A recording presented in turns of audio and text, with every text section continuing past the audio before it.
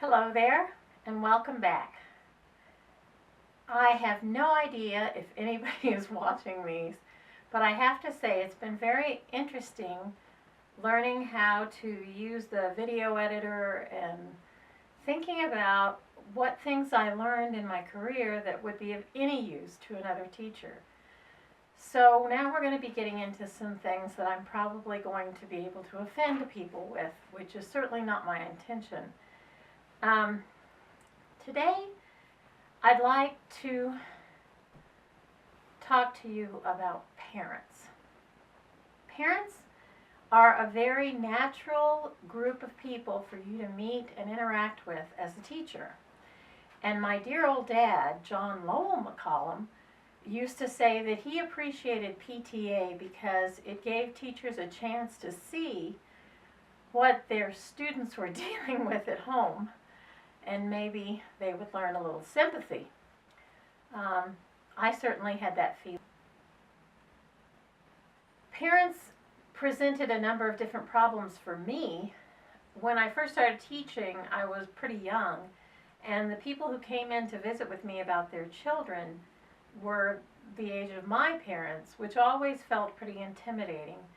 My folks were grown-ups, and I still felt very much like a child when I first started teaching, especially around people who were decades older than I was. As time went on, of course, that changed because soon enough they were my peer group, and then eventually they were people younger than I was, and I certainly didn't feel intimidated by people younger than me. And for that reason, some of the advice I offer comes from those years of having these experiences and coming to recognize parents as people and recognizing what they were saying to me and what they were doing in an entirely new context than you would if you were, say, in something like customer service or sales. Parents have a legitimate interest in what's going on in the classroom because our students are their children. But they aren't actually in the relationship. They're ancillary to it. My relationship in a classroom is with my students. They're my clients. And parents are not my employers, even if they pay taxes and I teach at a public school, even if they pay tuition and I teach at a private school. My employers are the community. Whatever community employs me, hires me, is my employer. And that is never just a parent unless you're in the business of tutoring or governess or au pair work. And hopefully I will get a chance to interview a professional tutor and discuss how that differs from teaching. But parents are ancillary to the experience of the classroom, and they can be a great benefit to your students and to their children if they approach the classroom not antagonistically, but in the same way that teachers do generally. And that means hoping that students grow, acquire knowledge, acquire skills, and have some modicum of joy in their studies. Okay, that given, the vast majority of parents, especially of high school age students, do not necessarily want to have an antagonistic relationship with teachers, mainly because the teenagers are difficult years for parents as well as students, and they often feel antagonistic toward their children. How much depends, of course, on how experienced they are and the personalities and the way they interact with their children. But sometimes they're going to feel pressed to contact a teacher and to communicate with a teacher, and sometimes they're going to get themselves into an antagonistic mindset. Now, today I'm not going to talk to you so much about the very difficult situations. I will talk about those. But today I want to talk about just the run-of-the-mill parent-teacher interactions, either that are arranged or that happen spontaneously. So this advice is going to be simple and fairly quick, and I'll talk a little bit about where it comes from. My first bit of advice has to do with when you're contacted by email or, God forbid, text. If you're contacted by email and a parent poses a question or offers a complaint to you, do not respond quickly. Do not respond until 24 hours have passed. Now, you can certainly compose your response immediately. That's certainly a good idea. But it's not necessary, and it's very important that you not respond if you're feeling emotional or threatened by the communication from a parent. It's important for parents to understand that you are not an employee and that you have a right to consider before you respond. So 24 hours, force yourself not to respond within 24 hours. Now, I gave this advice to a friend of mine who I was not supervising. She got an email from a parent that made her really angry, and she sat down and she was typing away, tap, tap, tap, tap, tap, tap, tap. And I kept saying, don't send it, wait a day. And she'd say, yes, yes, yes, and then hit send.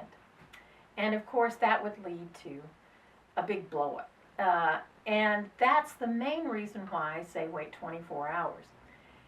If a parent contacts you and the email or text is full of emotion, that means they sent it in an agitated state, and you don't need to respond to that agitation.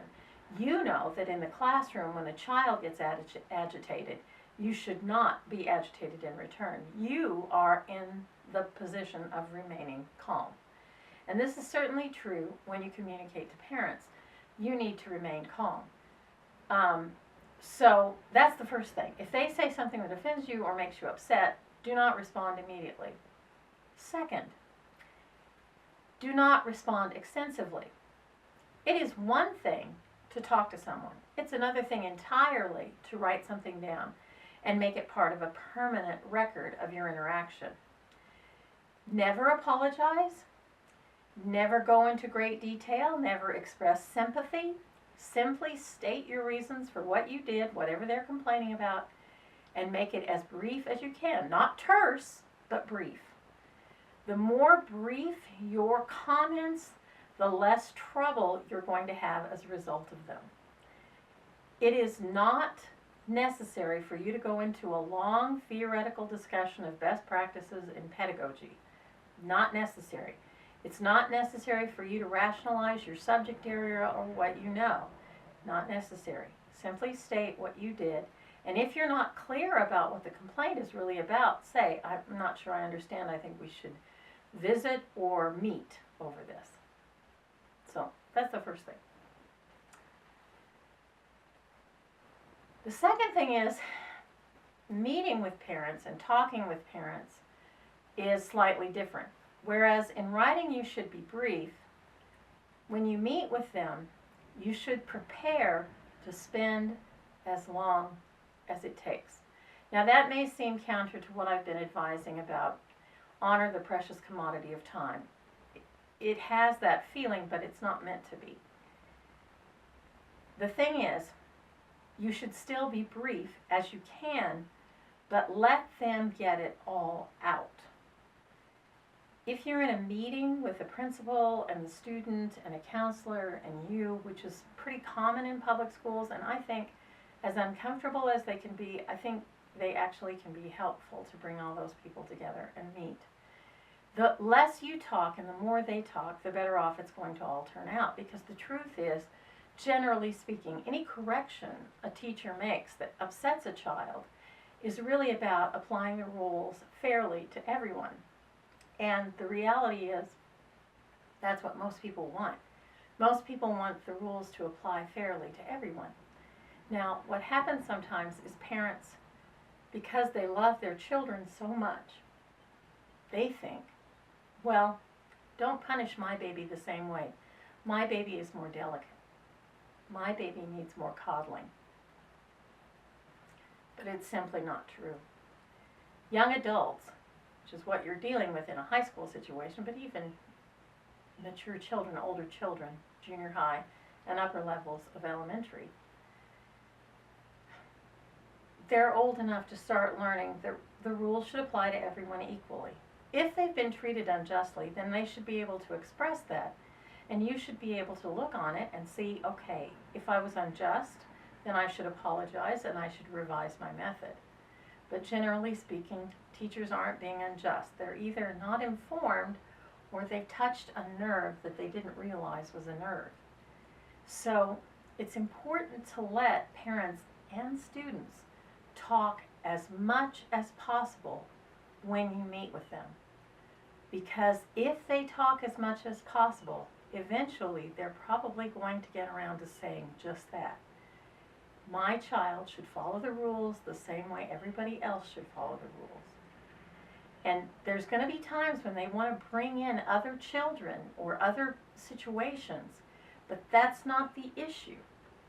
They're not there to decide if you're doing a good job teaching. That's the administrator or supervisor's job, not the parent's job. Their only concern is their own child, not other people's children, their child. So parents should focus on their child and what's happening with their child. And that's really the essence of letting them talk it out. Because generally speaking, young people can be pretty insincere and thorny when they're explaining what's happened. They're always going to slant their reporting in the direction of making themselves the heroes. They cannot help that. That is where they are developmentally. That is perfectly natural behavior, but it is not necessarily honest. So it's important that parents be given the opportunity to talk themselves into encouraging their child to be wise. That brings us to the unexpected phone call. Now, I taught very advanced students for a big part of my career, honors and AP advanced students. Those students often were the children of very advanced parents. Highly professional, highly intelligent, gifted parents who sometimes thought us teachers as dum-dums and felt that they could bully me or push me around by calling me. Now, I will discuss other situations where I was called by a parent where that was not the exact situation, but when I had a freshman parent call me to complain about something or to question my judgment about how I ran my class or how I treated their students, I made them stay on the phone as long as I possibly could. I made them talk it through as much as they could, and then I stayed on the phone as long as I could stand to talk it through my way. I talked and let them and encouraged them to talk, and I cost them as much time as I could. I wanted them to learn early. If they were going to go pick up that phone and call a teacher, either at work or at home, they had to pay with time. And believe me, if you've had a 3-hour conversation with me on the phone about a gripe you have, you don't want to have another one.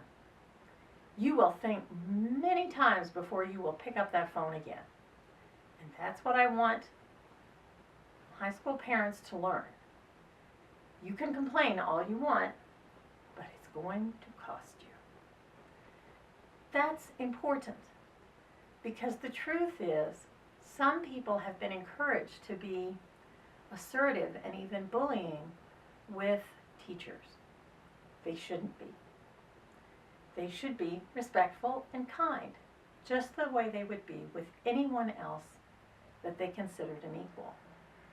Teachers are always parents' equals. Why? Because parents expect teachers to act in loco parentis when they're not around. In other words, protect and care for my child as if my child belonged to you. That's what they really want. They want protect and care for their child. Fair enough. I was happy to protect and care for children. I might have not done it the way they wanted it done, but I did it the best I could.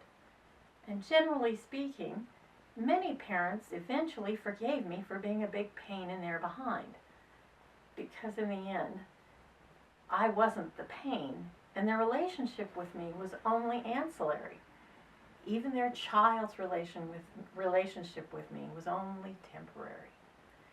And that brings me to the last point. Occasionally you'll have parents that say things like, if he steps out of line one more time, I want you to get in touch with me immediately. As if to tattle on the child to the parent. You must find a way to gently remind them that that is not what you are supposed to be doing. You're not there to tattle on a child. If there's something that needs to be shared with your supervisor or with a counselor about the child, then it can be shared with them. But you're not to be in between a parent and child. A parent and child relationship is permanent. Good or bad, it's permanent. A teacher and student relationship is transitory. It is not permanent. They can become friends, but that's different than being teacher and student. And that friendship, as important as it might be in some very rare situations, is not the same as a parent and child.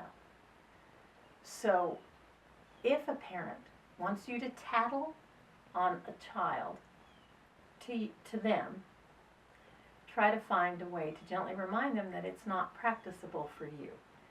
That for you, the big thing is to encourage their child to communicate honestly and openly with the parent, and to try to be honest and open about the work they do. Well, there it is, my 3 bits of advice for communicating with parents. Remember, they're people. There are some of them that are absolute terrors, and some of them, most of them, that are perfectly delightful. And I hope to see you tomorrow. I think it should be a short presentation then. Have a good day, you gorgeous people.